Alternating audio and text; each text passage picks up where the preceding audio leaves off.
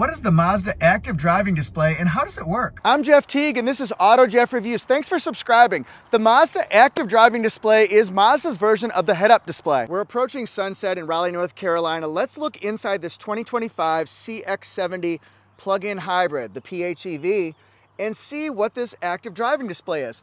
I'm going to show you in lower lighting, nighttime, how it works, what it looks like, and what it's capable of.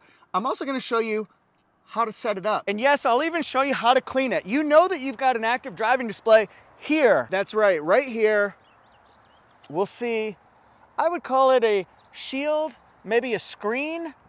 It's right there in most manufacturers' vehicles if they have a head-up display or active driving display. First of all, I don't have one here. Don't use any detergents or solvents or anything like that to clean it, but imagine you're taking a glasses cleaner, like a little wipe for your eyeglasses or your cell phone, and just clean it like this, nice and easy, just like that. That's all you have to do. And why would you want an active driving display? Well, you'd want a display right here in the windshield so you can look forward while you're driving, no distractions. We're just looking here and we see so much information on our screen. It's a great convenience, but it's also a great safety feature as well because we're looking here anyway. We might as well show information too. What kind of information can we see on an active driving display screen? We're gonna show you how to set it up right here. We'll do that next.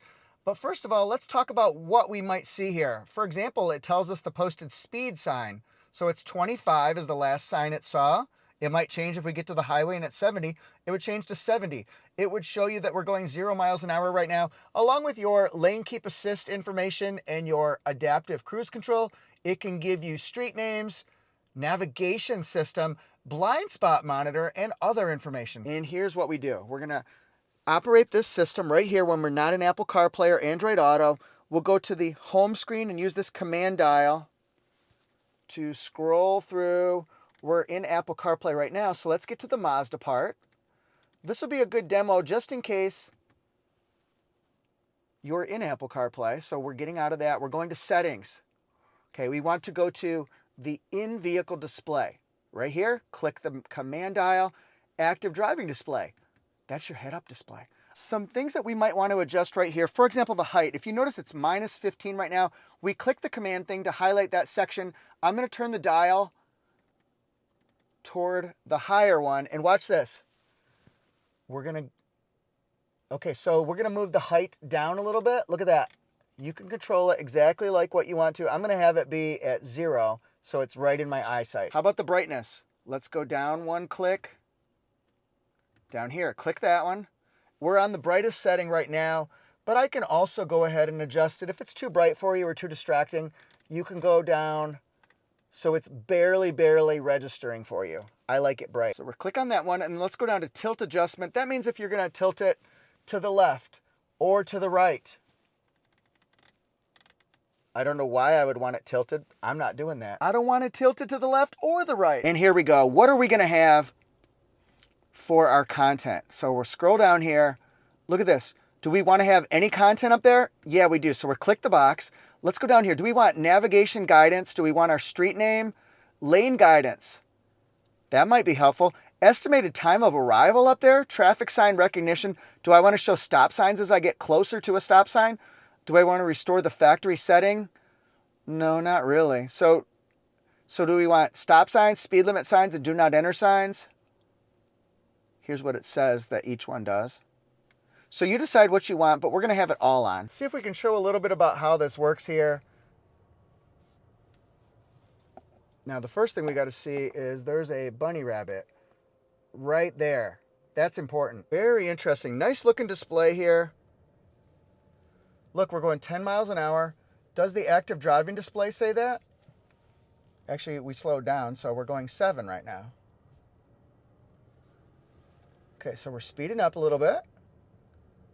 Isn't that neat how it changes? And we don't have to look down to see our speed. Well, we're approaching a stop sign. You think it'll pick it up? Probably not, right? I doubt it. Oh, wait a minute. Stop sign alert, there it is. And just to make sure we know it's coming up, look, stop sign here and stop sign here. Speed limit's 25, we're going 5. down to 0. Several screens going on here. I've got navigation plugged in for a destination.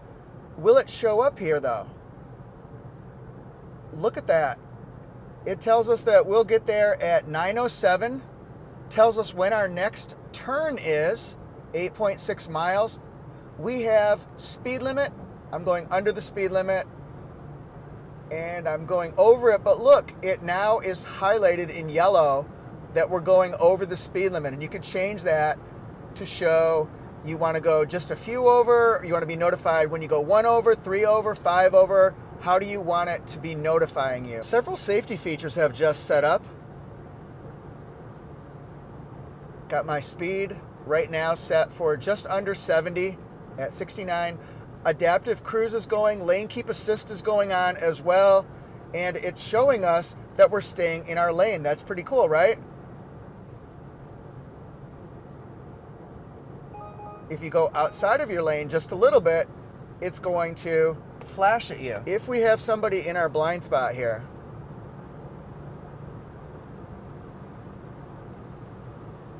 look at that over on the right. That means there's somebody in the blind spot. Very cool. So that's a good alert that the coast might not be clear to change lanes. And watch this. We don't have a car. Now all of a sudden we have a car in our sights right there. So it shows us everything we need to know, including if the coast is clear, if there are any vehicles in our way, anything like that. And then look down here. This shows you, look at the squares. When there's a car on your side, just like that, where they are in relation to you. Pretty neat as we pass them, right? Since the CX-70 was nice enough to let me demonstrate the active driving display, I think the least we could do is walk around it. Beautiful styling here, lots of gloss black accents around here. Love the turn signal, how it kind of flutters. We'll see that all the way around. This one gets 323 horsepower and 369 pound-feet of torque. Plug-in hybrid electric vehicle. That means it can go, once you charge it, I just charged this one overnight, you can get 26 miles on one electric charge. That varies, of course, depending on how you drive it and conditions and things like that. You could get more, could get a little bit less. Beautiful vehicle here. The gas mileage is 25 mpg if you use just gasoline, but it could be 56 mpg if you combine the electric also. Pretty cool. Let's look inside so we can see all this space. That's one of the beauties of the CX-70 is that you get more storage space back here because there's not a third row like a CX-90 would have. 1500 watt AC charger. Pretty cool there. Plug in that baby. Nice room there. How about we go to the second row? Good room here. Big giant screen, sporty steering wheel, lots of driving modes. Love the big screen there, 12.3 inches, 12 Bose speakers. It's a good looking vehicle if you're a backseat passenger. Like, what is the view like? It's like this. This is good. Look at all the headroom and legroom in the second row. It even has sunshades so we can block out that sun for backseat passengers. Napa leather seats. Beautiful here. You can get either red or black seats, depending on what your preference is. Got seat pockets there, rear air, rear USBs.